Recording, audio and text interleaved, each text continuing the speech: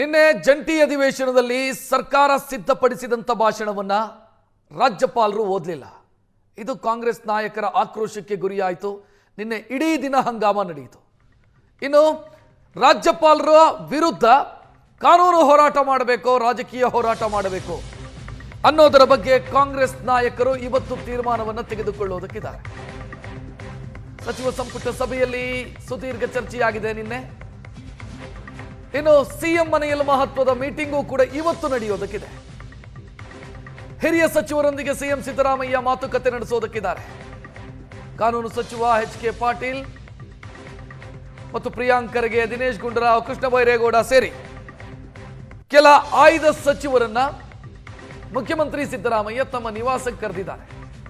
ಜೊತೆಗೆ ಸಿಎಂ ಕಾನೂನು ಸಲಹೆಗಾರ ಎಸ್ ಪೊನ್ನಣ್ಣ ಅವರು ಕೂಡ ಈ ಸಭೆಯಲ್ಲಿ ಇರ್ತಾರೆ. ಇದನ್ನ ಯಾವ ರೀತಿ ಮುಂದುವರಿಸೋದು? ನಿನ್ನೆ ರಾಜ್ಯಪಾಲರು ಜಂಟಿ ಅಧಿವೇಶನಕ್ಕೆ ಬಂದರು. ಬಂದ ನಂತರ ಭಾಷಣನೂ ಕೂಡ ಮಾಡಿದ್ದಾರೆ. ಒಂದು ಸಾಲಿನ ಭಾಷಣವನ್ನು ಮುಗಿಸಿ ಅವರು ಅಧಿವೇಶನದಿಂದ ನಿರ್ಗಮಿಸಿದರು. ಟೆಕ್ನಿಕಲಿ ನೋಡಿದ್ರೆ ಭಾಷಣವನ್ನ ರಾಜ್ಯಪಾಲರು ಮಾಡಿದ್ದಾರೆ ಅಂತಾನೆ ಅರ್ಥ. ಮೊದಲ ಸಾಲು ಮತ್ತು ಕೊನೆಯ ಸಾಲನ್ನು ಅವರು ಓದಿದ್ದಾರೆ. ಆ ಕಾರಣಕ್ಕಾಗಿ ಇದನ್ನ ಕಾನೂನಾತ್ಮಕವಾಗಿ ಮುಂದುವರಿಸೋದಕ್ಕೆ ಸಾಧ್ಯನಾ ಹೋರಾಟವನ್ನ, ಅಥವಾ ರಾಜಕೀಯವಾಗಿ ಈ ಹೋರಾಟವನ್ನು ಮುಂದುವರಿಸೋದಾ? ಇದರ ಬಗ್ಗೆ ಕಾಂಗ್ರೆಸ್ ನಾಯಕರಿಗೆ ಇನ್ನೂ ಕೂಡ ಸ್ಪಷ್ಟತೆ ಸಿಕ್ಕಿಲ್ಲ. ಕಾನೂನಾತ್ಮಕವಾಗಿ ಹೋರಾಟವನ್ನು ಮುಂದುವರಿಸಬೇಕು ಅಂತಾದ್ರೆ ರಾಜ್ಯಪಾಲರಿಂದ ತಪ್ಪಾಗಿರಬೇಕು. ಅವರು ತಮ್ಮ ಸಾಂವಿಧಾನಿಕ ಜವಾಬ್ದಾರಿಯನ್ನ, ಕರ್ತವ್ಯವನ್ನ ನಿಭಾಯಿಸದೇ ಇರಬೇಕು. ಬಟ್ ನಿನ್ನೆ ನಡೆದಂತ ಬೆಳವಣಿಗೆಯನ್ನು ಗಮನಿಸಿದ್ರೆ ರಾಜ್ಯಪಾಲರು ತಮ್ಮ ಸಾಂವಿಧಾನಿಕ ಕರ್ತವ್ಯವನ್ನು ನಿಭಾಯಿಸಿದ್ದಾರೆ. ಅಧಿವೇಶನಕ್ಕೆ ಬಂದಿದ್ದಾರೆ, ಅಧಿವೇಶನವನ್ನು ಉದ್ದೇಶಿಸಿ ಭಾಷಣ ಮಾಡಿದ್ದಾರೆ. ಸರ್ಕಾರ ಹೇಳಿದ್ದನ್ನು ಮಾಡಿಲ್ಲ ಅನ್ನೋದನ್ನ ಬಿಟ್ರೆ, ಅಥವಾ ಬರ್ದಿದ್ದನ್ನು ಓದಿಲ್ಲ ಅನ್ನೋದನ್ನ ಬಿಟ್ರೆ ಮೊದಲ ಸಾಲು ಮತ್ತು ಕೊನೆಯ ಸಾಲನ್ನು ಓದಿದ್ದಾರೆ. ನಿನ್ನೆ ವಿಧಾನ ಪರಿಷತ್ನ ಸಭಾಪತಿ ಇದಕ್ಕೊಂದು ಕ್ಲಾರಿಫಿಕೇಶನ್ ಪರಿಷತ್ತಲ್ಲಿ ಕೊಟ್ಟರು. ಮೊದಲ ಸಾಲು ಕೊನೆಯ ಸಾಲು ಓದಿದ್ರು ಅಂತಂದ್ರೆ ಭಾಷಣವನ್ನು ಓದಿದ್ರು ಅಂತಾನೆ ಅರ್ಥ. ಕಂಪ್ಲೀಟ್ ಭಾಷಣವನ್ನು ಓದಬೇಕು ಅಂತಿಲ್ಲ ಅನ್ನೋದು ಸ್ಪಷ್ಟನೆಯಾಗಿತ್ತು. ಅಲ್ಲಿಗೆ ರಾಜ್ಯಪಾಲರಿಂದ ಕಾನೂನಾತ್ಮಕ ತಪ್ಪುಗಳಾಗಿದಾವ ಅಂತ ಕೇಳಿದ್ರೆ ಇಲ್ಲ. ಸೊ ಹೋರಾಟ ಮುಂದುವರಿಸಬೇಕು ಅಂತಾದ್ರೆ ಯಾವ ರೀತಿ? ಇದರ ಬಗ್ಗೆ ಇವತ್ತು ನಿರ್ಧಾರವನ್ನ ಕಾಂಗ್ರೆಸ್ ನಾಯಕರು ತೆಗೆದುಕೊಳ್ಳುವುದಕ್ಕಿದ್ದಾರೆ. ಜಂಟಿ ಅಧಿವೇಶನದಲ್ಲಿ ಸರ್ಕಾರದ ಭಾಷಣವನ್ನ ರಾಜ್ಯಪಾಲರು ಓದಿಲ್ಲ. ನಿನ್ನೆ ಸರ್ಕಾರ ಸಿದ್ಧಪಡಿಸಿದಂತ ಭಾಷಣವನ್ನ ಗೋ ಬ್ಯಾಕ್ ಗವರ್ನರ್ ಅನ್ನುವಂತ ಹೋರಾಟವನ್ನ ರೂಪಿಸುತ್ತಾ ಕಾಂಗ್ರೆಸ್ ಅನ್ನೋದು ಈಗಿರುವ ಪ್ರಶ್ನೆ. ರಾಜ್ಯಪಾಲರ ಪ್ರಸಂಗದ ಬಗ್ಗೆ, ಎಲ್ಲ ಬೆಳವಣಿಗೆಯ ಬಗ್ಗೆ ಕಾಂಗ್ರೆಸ್ ನಾಯಕರು ಚರ್ಚೆ ಮಾಡಿದ್ದಾರೆ. ರಾಜ್ಯಪಾಲರು ಜಂಟಿ ಅಧಿವೇಶನಕ್ಕೆ ಹಾಜರಾಗಿದ್ದಾರೆ. ರಾಜ್ಯಪಾಲರ ವಿರುದ್ಧ ಕಾನೂನು ಹೋರಾಟ ಸಾಧ್ಯ ಇಲ್ಲ, ಆದರೆ ರಾಜಕೀಯವಾಗಿ ಇದನ್ನು ಯಾವ ರೀತಿ ಮುಂದುವರಿಸಬಹುದು? ರಾಜ್ಯಪಾಲರ ವಿರುದ್ಧ ನಿರ್ಣಯ ಮಂಡನೆಗೂ ಕೂಡ, ಅಂದ್ರೆ ವಿಧಾನಮಂಡಲ ಅಧಿವೇಶನದಲ್ಲಿ ರಾಜ್ಯಪಾಲರ ವಿರುದ್ಧ ನಿರ್ಣಯ ಪಾಸ್ ಮಾಡೋದಕ್ಕೂ ಕೂಡ ಯೋಚನೆಯನ್ನು ಮಾಡಲಾಗಿದೆ. ರಾಜ್ಯಪಾಲರ ವಿರುದ್ಧ ಕಾನೂನು ಸಂಘರ್ಷ ಈ ಹಂತದಲ್ಲಿ ಸಾಧ್ಯ ಇಲ್ಲ ಅಂತ ಕಾಂಗ್ರೆಸ್ ನಾಯಕರಿಗೆ ಅರಿವಾಗಿದೆ. ಟೆಕ್ನಿಕಲಿ ಯಾವುದೇ ತಪ್ಪುಗಳಾಗಿಲ್ಲ. ಭಾಷಣ ಓದಿಲ್ಲ ಅನ್ನೋದನ್ನ ಬಿಟ್ರೆ, ಅಥವಾ ಸರ್ಕಾರ ರೆಡಿ ಮಾಡಿದಂತ ಭಾಷಣವನ್ನು ಅವರು ಯಥಾ ಪ್ರಕಾರ ಓದಿಲ್ಲ ಅನ್ನೋದನ್ನ ಬಿಟ್ಟರೆ ರಾಜ್ಯಪಾಲರಿಂದ ಟೆಕ್ನಿಕಲಿ ಯಾವ ತಪ್ಪು ಕೂಡ ಆಗಿಲ್ಲ. ಅದೇ ಕಾರಣಕ್ಕಾಗಿ ಅವರು ರಾಷ್ಟ್ರಗೀತೆಯವರೆಗೂ ಕೂಡ ಕಾಯಲಿಲ್ಲ. ಅದಕ್ಕೂ ಮುಂಚೆಯೇ ಅವರು ಎದ್ದು ಹೋದರು. ಇಂಥ ವಿಚಾರಗಳನ್ನು ಮುಂದಿಟ್ಟು ರಾಜಕೀಯ ಹೋರಾಟದ ಯೋಚನೆಯನ್ನ ಕಾಂಗ್ರೆಸ್ ನಾಯಕರು ಮಾಡ್ತಾ ಇದ್ದಾರೆ. ಹೆಚ್ಚಿನ ಡೀಟೇಲ್ ನೀಡೋದಕ್ಕೆ ನಮ್ಮ ಪ್ರತಿನಿಧಿ ಮಾರುತೇಶ್ ನೇರ ಸಂಪರ್ಕದಲ್ಲಿ. ಮಾರುತೇಶ್, ಟೆಕ್ನಿಕಲಿ ನೋಡಿದ್ರೆ ರಾಜ್ಯಪಾಲರಿಂದ ತಪ್ಪಾಗಿಲ್ಲ ಅನ್ನುವಂಥ ಅಭಿಪ್ರಾಯಗಳಿದ್ದಾವೆ. ಹೋರಾಟವನ್ನು ಮಾಡಬೇಕು ಅಂತಂದ್ರೆ ಯಾವ ರೀತಿ ಕಾಂಗ್ರೆಸ್ ಇದನ್ನು ಮುಂದುವರಿಸುತ್ತೆ? ರಕ್ಷಿತ್, ಈಗ ಈ ಬಗ್ಗೆ ನಿನ್ನೆ ಕ್ಯಾಬಿನೆಟ್ನಲ್ಲೂ ಕೂಡ ಚರ್ಚೆ ನಡೆದಿದೆ. ಅದರ ಹೊರತಾಗಿಯೂ ಕೂಡ ಸಚಿವರುಗಳು ಅಭಿಪ್ರಾಯಗಳನ್ನು ಹೇಳ್ಕೊಂಡಿದ್ದಾರೆ. ರಾಜ್ಯಪಾಲರು ಬಾರದೇ ಇದ್ದಿದ್ರೆ ಆಗುವಂತಹ ಬೆಳವಣಿಗೆ ಬೇರೆ ಇತ್ತು. ಯಾಕಂದ್ರೆ ಸಾಂವಿಧಾನಿಕ ಕರ್ತವ್ಯವನ್ನ ಅವರು ನಿಭಾಯಿಸಿಲ್ಲ. ಈ ಕಾರಣಕ್ಕಾಗಿ ನಾವು ಕಾನೂನು ಸಂಘರ್ಷವನ್ನ ಮಾಡಬಹುದಾಗಿತ್ತು. ಯಾಕಂದ್ರೆ ಅದಕ್ಕೆ ತಯಾರಿಯನ್ನು ಕೂಡ ಸರ್ಕಾರ ಮಾಡಿಕೊಂಡಿತ್ತು. ಈಗ ರಾಜ್ಯಪಾಲರು ಅಧಿವೇಶನಕ್ಕೆ ಹಾಜರಾಗಿದ್ದಾರೆ. ಭಾಷಣದ ಮೊದಲ ಮತ್ತು ಕೊನೆಯ ಸಾಲುಗಳನ್ನು ಓದಿದ್ದಾರೆ. ರಾಜ್ಯಪಾಲರು ಭಾಷಣವನ್ನ ಆರಂಭಿಸಿ ಒಂದು ಲೈನ್ ಓದಿ ಹೋಗಿದ್ರು ಕೂಡ ಆ ಒಂದು ಭಾಷಣ ಓದಿದರೆ ಅಂತಲೇ ಭಾವಿಸಬೇಕು ಅನ್ನುವಂಥದ್ದು ನಿಯಮಗಳಲ್ಲಿ ಇದೆ.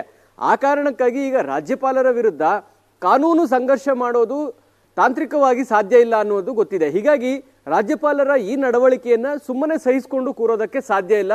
ಇದರ ವಿರುದ್ಧ ಒಂದು ದೊಡ್ಡ ಮಟ್ಟದ ಜನಾಂದೋಲನವೋ ಅಥವಾ ರಾಜ್ಯಪಾಲರ ವಿರುದ್ಧ ಹೋರಾಟವನ್ನ ಮಾಡುವಂಥದ್ದು ಅನಿವಾರ್ಯ ಆಗಿದೆ ಅನ್ನುವಂಥ ಅಭಿಪ್ರಾಯವನ್ನ ನಿನ್ನೆ ಕ್ಯಾಬಿನೆಟ್ನಲ್ಲೂ ಕೂಡ ಕೆಲ ಸಚಿವರು ಅಭಿಪ್ರಾಯಗಳನ್ನು ವ್ಯಕ್ತಪಡಿಸಿದ್ದಾರೆ.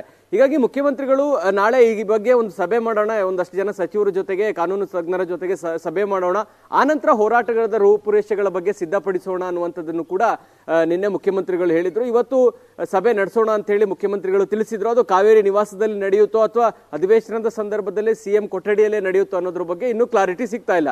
ಆದ್ರೆ ಒಂದಂತೂ ಸ್ಪಷ್ಟ, ಕಾನೂನಿನ ಆಚೆಗೆ ಗವರ್ನರ್ ವಿರುದ್ಧ ಈಗಾಗಲೇ ಆಕ್ರೋಶ ದೊಡ್ಡ ಮಟ್ಟದಲ್ಲಿ ವ್ಯಕ್ತವಾಗ್ತಾ ಇದೆ.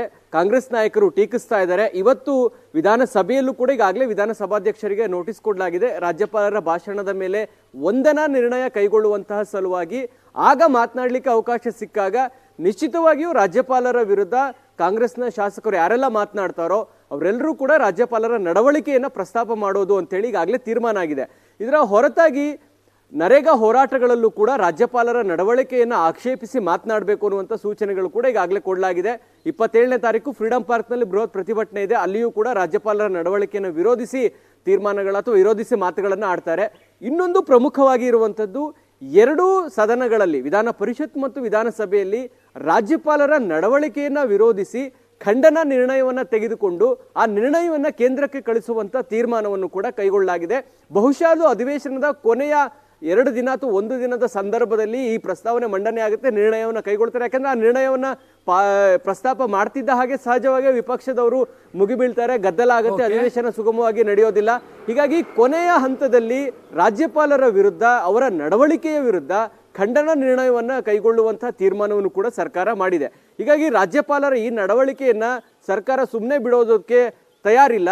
ಇದರ ಒಂದು ರೀತಿ ಯಾಕೆ ಅಂದ್ರೆ ಇದು ನರೇಗಾ ವಿಚಾರಕ್ಕೆ ಆಗಿರೋದ್ರಿಂದ ಒಂದು ಕಡೆ ನಾವು ಇದನ್ನು ಹೆಚ್ಚು ಪ್ರಸ್ತಾಪ ಮಾಡಿದಷ್ಟು, ಇದು ಹೆಚ್ಚು ಚರ್ಚೆ ಮಾಡಿದಷ್ಟು ಜನರಿಗೂ ಕೂಡ ರೀಚ್ ಆಗುತ್ತೆ. ನಾವು ಯಾಕೆ ಇದನ್ನು ಮಾಡ್ತಾ ಇದೀವಿ ಅಂದಾಗ ನರೇಗಾದ ವಿಚಾರ ಕೂಡ ಜನರಿಗೆ ತಲುಪಿಸೋದಕ್ಕೆ ರಾಜ್ಯಪಾಲರ ಈ ನಡವಳಿಕೆ ಕೂಡ ನಮಗೆ ಸಹಕಾರಿ ಆಯಿತು ಅನ್ನುವಂಥ ಅಭಿಪ್ರಾಯದಲ್ಲಿ ಸರ್ಕಾರ ಇದೆ.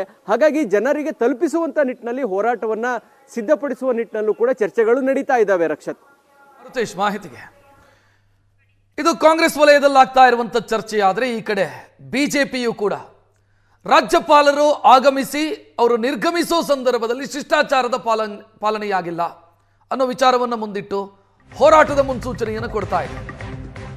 ರಾಜ್ಯಪಾಲರು ಭಾಷಣ ಮುಗಿಸಿ ನಿರ್ಗಮಿಸೋ ಸಂದರ್ಭದಲ್ಲಿ ಅವರನ್ನು ಅಡ್ಡಿಪಡಿಸಲಾಯಿತು, ಅವರಿಗೆ ಧಿಕ್ಕಾರ ಕೂಗಲಾಯಿತು, ಅಡ್ಡಿಪಡಿಸಲಾಯಿತು.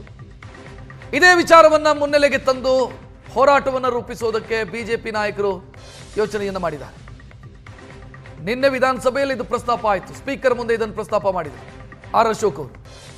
ಸ್ಪೀಕರ್ ಹೇಳಿದ್ರು ನಾಳೆ ನಾನು ರೂಲಿಂಗ್ ಕೊಡ್ತೀನಿ ಅಂತ. ರೂಲಿಂಗ್ ಅಂದ್ರೆ ನಾನು ನಾಳೆ ನನ್ನ ನಿರ್ಣಯ ಏನು ಅನ್ನೋದನ್ನು ಹೇಳ್ತೀನಿ ಅಂತ ಸ್ಪೀಕರ್ ಹೇಳಿದರು. ಸ್ಪೀಕರ್ ಇವತ್ತು ಏನಾದರೂ ನಿರ್ಣಯ ಕೊಟ್ರೆ ಆ ನಿರ್ಣಯದ ಮೇಲೆ ಬಿಜೆಪಿ ಸದಸ್ಯರು ನಿರ್ಧಾರವನ್ನು ತೆಗೆದುಕೊಳ್ಳುವುದಕ್ಕಿದ್ದಾರೆ. ಪ್ರಮುಖವಾಗಿ ರಾಜ್ಯಪಾಲರು ದಲಿತ ಸಮುದಾಯಕ್ಕೆ ಸೇರಿದವರು.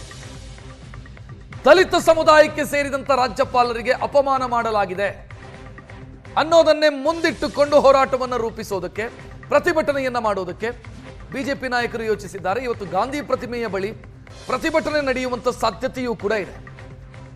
ಸದನದ ಬೆಳವಣಿಗೆಯನ್ನು ಗಮನಿಸಿ ಆರ್ ಅಶೋಕ್ ಅವರು ನಿನ್ನೆ ನಿಯಮ ಪುಸ್ತಕವನ್ನು ಮುಂದಿಟ್ಟುಕೊಂಡು, ವಿಧಾನಸಭೆಯ ನಿಯಮಾವಳಿ ಪುಸ್ತಕವನ್ನು ಮುಂದಿಟ್ಟು ರಾಜ್ಯಪಾಲರು ಬರೋ ಸಂದರ್ಭದಲ್ಲಿ ಮತ್ತು ಅವರು ಭಾಷಣ ಮುಗಿಸಿ ಹೋಗೋ ಸಂದರ್ಭದಲ್ಲಿ ಯಾವ ಸದಸ್ಯರು ಕೂಡ ಅಡ್ಡಿಪಡಿಸುವಂತಿಲ್ಲ, ಅಡ್ಡಿಪಡಿಸಿದರೆ ಅವರ ವಿರುದ್ಧ ಕ್ರಮ ಕೈಗೊಳ್ಳೋದಕ್ಕೆ ಅವಕಾಶ ಇದೆ ಅನ್ನೋ ನಿಯಮವನ್ನು ಮುಂದಿಟ್ಟು ಪ್ರಶ್ನೆ ಕೇಳಿದರು ಸ್ಪೀಕರ್ ಯು ಟಿ ಖಾದರ್ ಅವರ ಬಳಿ.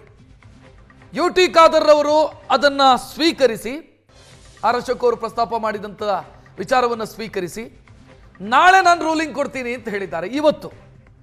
ಇವತ್ತು ಅವರು ಸ್ಪೀಕರ್ ಆಗಿ ನಿರ್ಣಯವನ್ನು ತೆಗೆದುಕೊಳ್ಳುವುದಕ್ಕಿದ್ದಾರೆ, ನಿರ್ಧಾರವನ್ನು ಪ್ರಕಟಿಸುವುದಕ್ಕಿದ್ದಾರೆ. ಯಾರ್ಯಾರು ಶಾಸಕರು ಅಂದ್ರೆ ಸ್ಪೀಕರ್ ವ್ಯಾಪ್ತಿಗೆ ಬರ್ತಾರೆ ಶಾಸಕರು, ಪರಿಷತ್ ಸದಸ್ಯರು ಸಭಾಪತಿಗಳ ವ್ಯಾಪ್ತಿಗೆ ಬರ್ತಾರೆ. ಸ್ಪೀಕರ್ ವ್ಯಾಪ್ತಿಗೆ ಬರುವಂತ ಶಾಸಕರು, ಅಲ್ಲಿ ಅಡ್ಡಿಪಡಿಸಿದವರು ಯಾರೆಲ್ಲ ಇದ್ದಾರೆ, ರಾಜ್ಯಪಾಲರಿಗೆ ನಿರ್ಗಮನದ ಸಂದರ್ಭದಲ್ಲಿ ಅಡ್ಡಿಪಡಿಸಿದವರು ಶರತ್ ಬಚ್ಚೇಗೌಡ ಇದ್ರು. ಉಳಿದಂತೆ ಬೇರೆ ಬೇರೆ ಶಾಸಕರು ಕೂಡ ಅಲ್ಲಿ ಕಾಣಿಸ್ತಾರೆ ನಿಮಗೆ. ಪ್ರದೀಪ್ ಈಶ್ವರ್ ಇವರ ವಿರುದ್ಧ ಕ್ರಮ ಕೈಗೊಳ್ಳಬೇಕು ಅಂತ ಬಿಜೆಪಿ ಬಯಸ್ತಾ ಇರೋದು. ಹಿಂದೆ ಸ್ಪೀಕರ್ ಪೀಠಕ್ಕೆ ಅಡ್ಡಿಪಡಿಸಿದ್ರು ಅನ್ನೋ ಕಾರಣಕ್ಕಾಗಿ ಬಿಜೆಪಿಯ 18 ಶಾಸಕರನ್ನ ಸದನದಲ್ಲಿ ಭಾಗವಹಿಸದಂತೆ, ಕಲಾಪದಲ್ಲಿ ಭಾಗವಹಿಸದಂತೆ ಅವರನ್ನ ಸಸ್ಪೆಂಡ್ ಮಾಡಲಾಗಿತ್ತು. ಅವರಿಗೊಂದು ನಿಯಮ, ಇವರಿಗೊಂದು ನಿಯಮ, ಹೆಂಗಾಗುತ್ತೆ? ನಿಯಮದ ಪ್ರಕಾರ ಕ್ರಮ ಕೈಗೊಳ್ಳಿ ಅಂತ ಇವತ್ತದನ್ನ ಪ್ರಸ್ತಾಪ ಮಾಡುವಂತ ಸಾಧ್ಯತೆಗಳಿದ್ದಾವೆ. ಸ್ಪೀಕರ್ ನಿರ್ಧಾರದ ಮೇಲೆ ಬಿಜೆಪಿ ಪ್ರತಿಭಟನೆಯ ಯೋಚನೆಯನ್ನ ಕೂಡ ಮಾಡ್ತಾ ಇದೆ.